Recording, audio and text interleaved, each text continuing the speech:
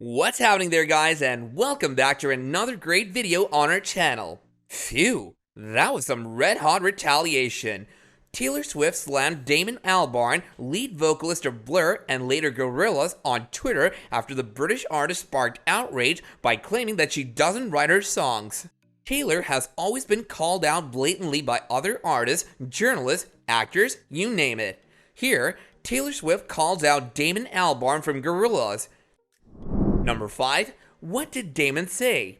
Taylor Swift came up in an interview to answer a question that suggested artists who write their songs and don't depend on sound and attitude. But Damon goes on, she doesn't write her own, when the interviewer replied that, yes she does, and also co-writes some of them. Damon had a lot to say. He goes, that doesn't count. I know what co-writing is. Co-writing is very different to writing. I'm not hating on anybody, I'm just saying there's a big difference between a songwriter and a songwriter who co-writes. That doesn't mean that the outcome can't be great. And some of the greatest singers, Ella Fitzgerald, never wrote a song in her life. When I sing, I have to close my eyes and just be in there. I suppose I'm a traditionalist in that sense.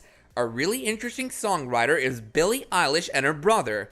I'm more attracted to that than to Taylor Swift. It's just darker, less endlessly upbeat, way more minor and odd. I think she's exceptional. Number 4. Coming to her defense. Producer Jack Antonoff, who has worked with Swift since her 2014 album 1989, also weighed in on Twitter on Monday afternoon. I've never met Damon Albarn, and he's never been to my studio, but he knows more than the rest of us about all those songs Taylor writes and brings in. Herb.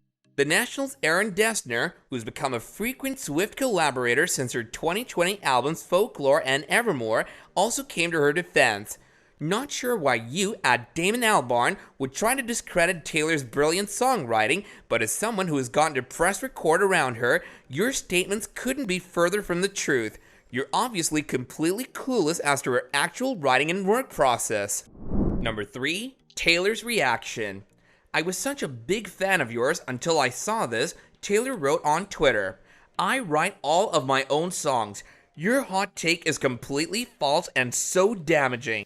You don't have to like my songs, but it's really messed up to try and discredit my writing. Wow.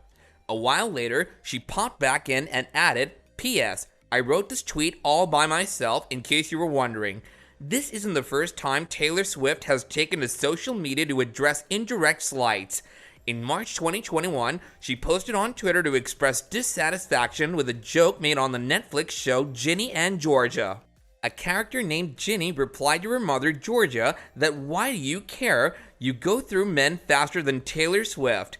Hey Ginny and Georgia, 2010 called and it wants its lazy, deeply sexist joke back, she tweeted. How about we stop degrading hardworking women by defining this horse shade as funny? Number 2. Damon's other feuds. Albarn, for his part, once publicly feuded with Adele after he told an interviewer she was insecure, called her 2015 album very middle of the road, and speculated that music they had worked on together would not end up on the record. Adele responded in a Rolling Stone cover story shortly before the release of 25. He said I was insecure when I'm the least insecure person I know. I was asking his opinion about my fears about coming back with a child involved because he has a child and then he calls me insecure? It ended up being one of those don't meet your idol moments, she added, and the saddest thing was that I was such a big Blur fan growing up, but it was sad and I regret hanging out with him. Number 1. Swifties' retaliation.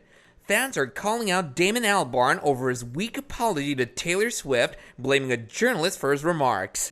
Following the backlash to his comments, Albarn responded to Swift, apologized unreservedly and unconditionally. I agree with you, wrote Albarn on Twitter. I had a conversation about songwriting and sadly, it was reduced to clickbait. I apologized unreservedly and unconditionally. The last thing I would want is to discredit your songwriting. I hope you understand, Damon. Fans, however, have taken issue with Albarn's weak excuse. Many people have taken to Twitter to criticize the singer's response and share screenshots from the interview in which a transcript of his quotes was printed. One person wrote, Clickbait is when a quote is taken out of context to get readers to click a story. The context here is that Albarn said Taylor Swift didn't write her own songs, was corrected by the reporter, and doubled down.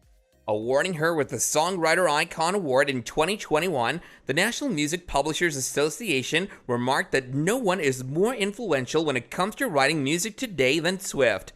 Taylor Swift, then 16, knew she had a gift and began painting a picture through lyrics that would later appear on her 2006 album. Taking audiences on a visual journey, inviting them to picture the slam of screen doors, and inviting listeners to remember the delight that often comes with young love, Taylor will forever and always be cherished. Many would come to criticize her, but many more would take her side.